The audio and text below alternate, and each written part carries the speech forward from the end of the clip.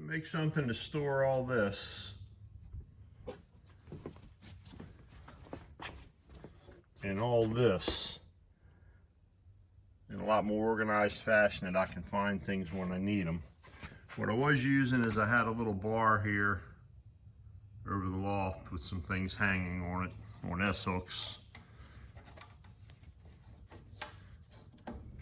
That's why I pick up the broken rubber straps on the road whenever I can, because I love the S-hooks. But what I'm going to do is I'm building a new one that actually comes out a little farther and hangs out over the dead space. Give me a little room to hang some more bulky items. I'm going to take this one down and I'll show you how I built that, and it's going to go all the way across. So it'll be a full 24-foot hanger. Let me show you what it'll look like from downstairs.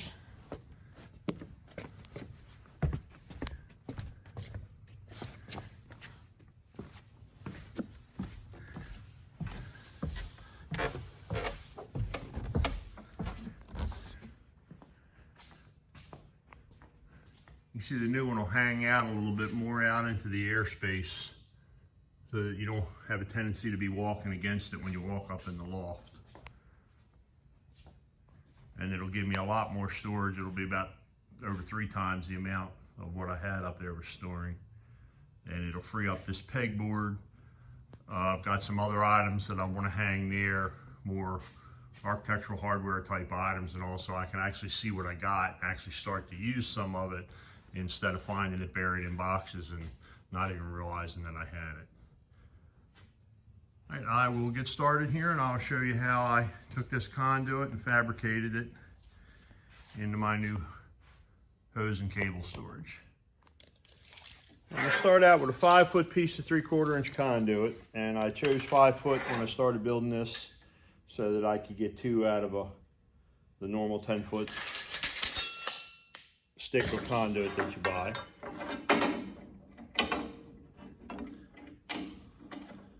Hold this in the vise here.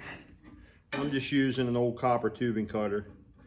You could cut this with a Sawzall or a hacksaw or zip wheel on a grinder. This just makes a nice uniform cut, and I've got a bunch of these old cutters, so I like to use them. And believe me, this is an old rigid pipe cutter. I don't think you can buy one that's as nice as this anymore, but I've got one I use for copper and one that I'll use for harder materials. And I think I can still get wheels for these, but the cutter itself is just made out of so much nicer material than the new ones. I'll give you a little shot of the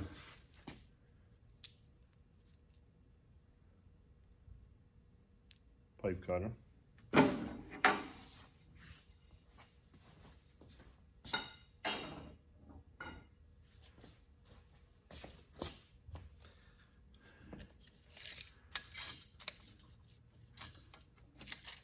All right, and then what I did is I measured back 10 inches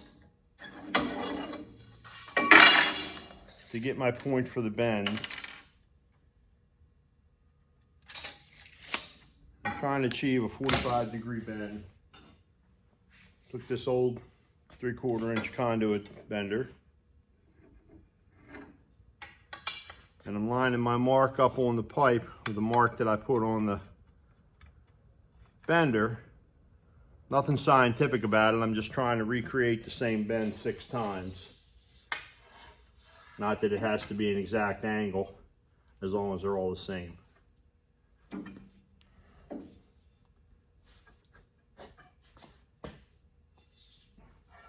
I used one piece as my control group.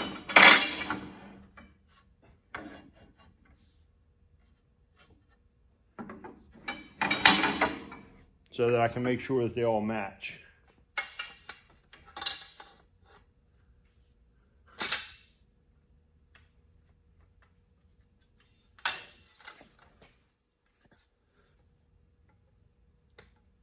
Give it a little more of a tweak here.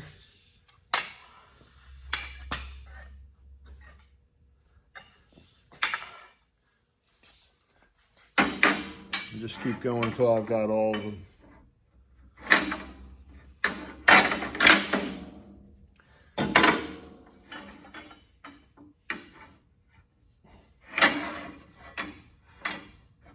All of them bent at about the same angle.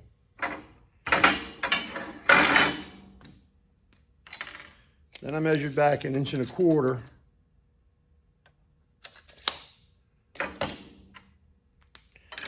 to create this flat spot that I'm going to crush in the vise and hammer down to give the other conduit a place to bolt across the top. Let me go over and crush that real quick.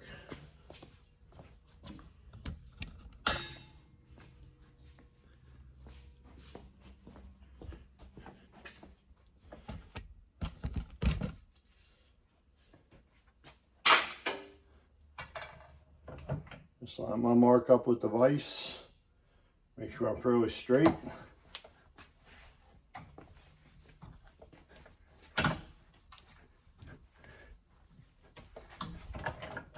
And I didn't mend it all the way, but I got most of it.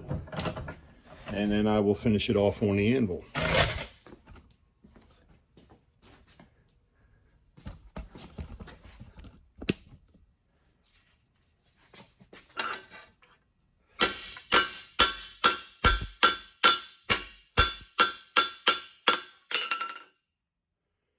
And there you go. I'll drill a hole in this and be ready to get this piece installed.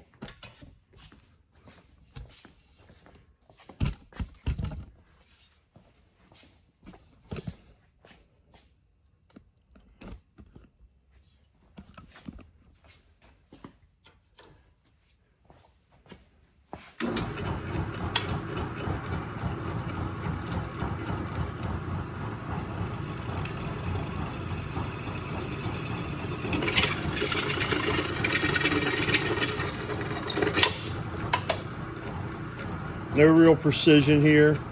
Doesn't have to be that accurate. I'm not building this space shuttle.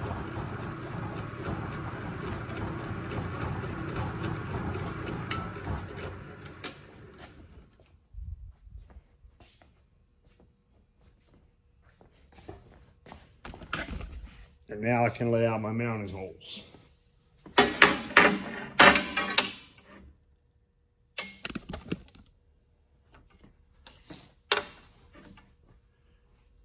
I've made a mark, a benchmark.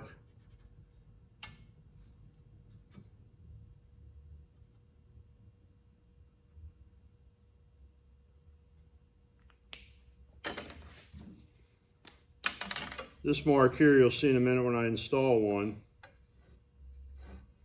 It'll give me a reference point of how I'm attaching it at the top. So let me drill these holes. I'm going to get the old one taken down.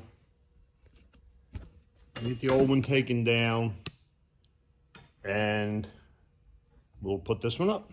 I've got it all made up. And like I said, I'd already installed some, showing you the same thing 6 times. Doesn't seem like it was very productive. This is going to be almost impossible for me to film.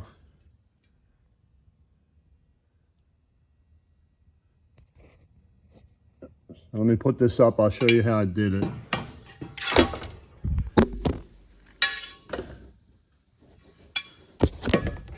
Sorry about that.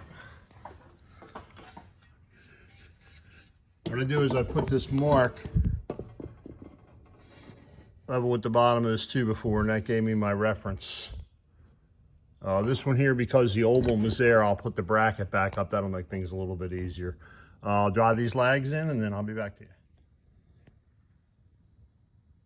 This conduit has a few sharp edges on it. I guess I should have wire wheeled that cut down. No Ridgely contracting job is complete without a little bit of blood. It's kind of my way I sign my name on everything I've ever done. All right, here we have the finished product. I increased my storage capabilities probably by about 3 times.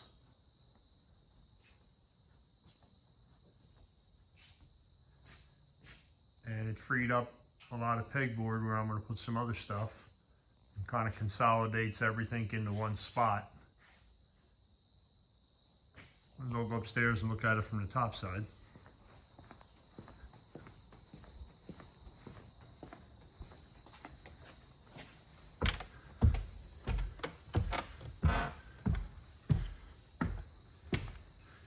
I don't know how I'd get by without this loft space because it stores a lot of items up here. Let's see if I can get a good shot of it.